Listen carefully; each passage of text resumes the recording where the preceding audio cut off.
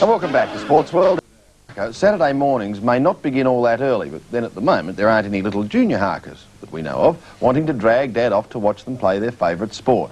But there are hundreds of dads in and around Melbourne who are given an early morning call each Saturday morning, and they're all sent packing to the same destination. It's all in the name of their favourite sport, in this case, softball. Here, and if they've got what it takes, then there's every chance they'll make it to the top. In between, though, there's a heck of a lot of work, but perhaps more importantly, some great fun. On a Saturday morning, Gels Park in suburban Melbourne is a sea of softballers. And for volunteers and competitors alike, it's an early start. The diamonds must be prepared, a warm-up routine completed, and of course, you have to find just where your team is playing. Those youngsters just beginning their softball careers aren't thrown in the deep end. Their initiation to the sport begins with T-ball. It's an introduction to softball, and we're using the tee instead of a pitcher and a catcher, so that the game's supposed to teach them how to hit the ball and how to throw in the field and to run around. It's a lot quicker than the softball at this level, and the kids seem to enjoy it, and so do the parents by the look of it. I was going to say, who has more fun, the kids or the parents? I think the parents get more nervous anyway.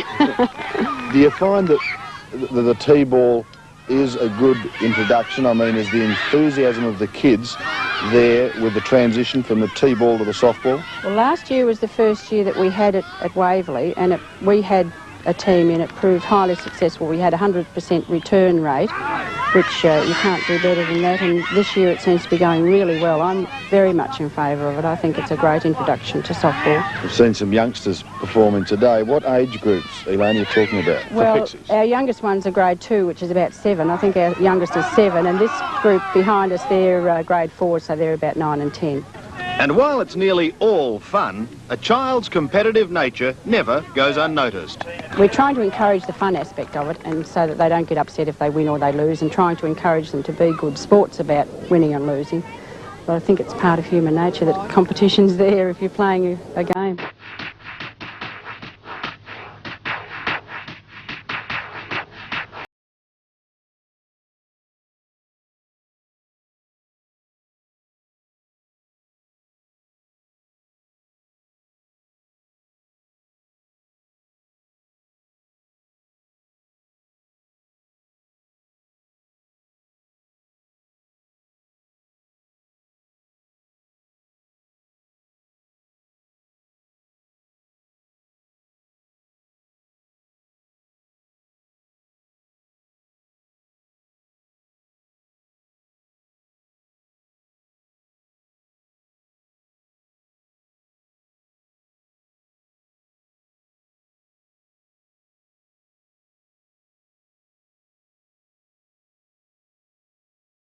Man who's seen the sport develop is Arthur Allsopp.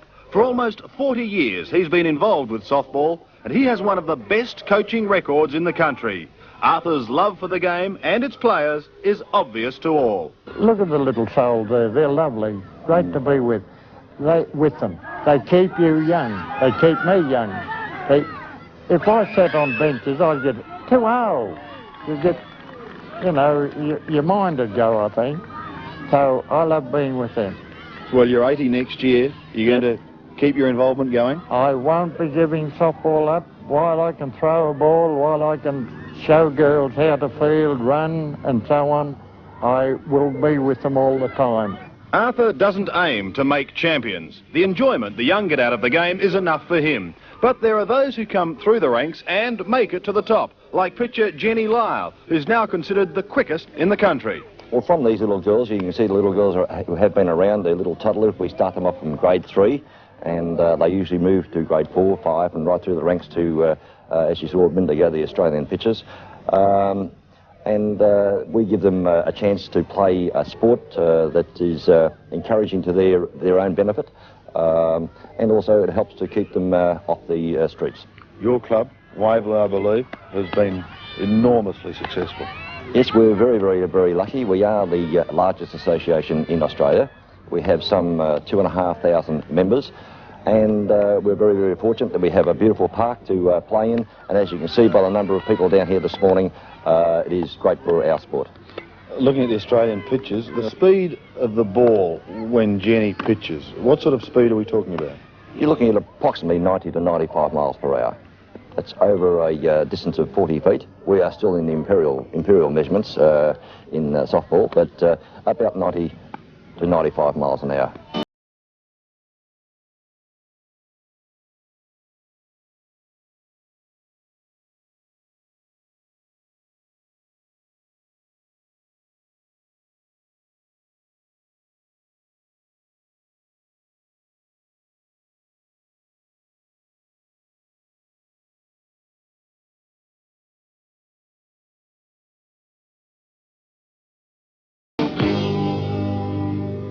Yes, Harks, I think John Fogarty would have been proud of those young girls. Yeah, it was a lovely story, and hearing that old coach brought back memories for myself. I remember a guy named Barney Mullins, who's probably the greatest surf life-saving coach of all time. I remember Barney when he was 73 one day. It was about 10, 12 feet maybe, and it was teeming with rain, and Barney stood there in the rain in his raincoat, and the rain was thick and coming down and hitting him, and stood there for an hour and a half and coached us, and he was just like that guy. He just wanted to see the enjoyment out of the kids, and that's what it's all about. Harks, I think his record, I'm not sure, but I think he's either gone for 14 or 21 years. It could be 14. His team has not been beaten. They've been champions for 14 years. But the important part is that the kids are getting a great time out of it, and it's also keeping him young, and as I said, keeping them off the streets, which is great. And gives Dad a chance to do some good old-fashioned yelling.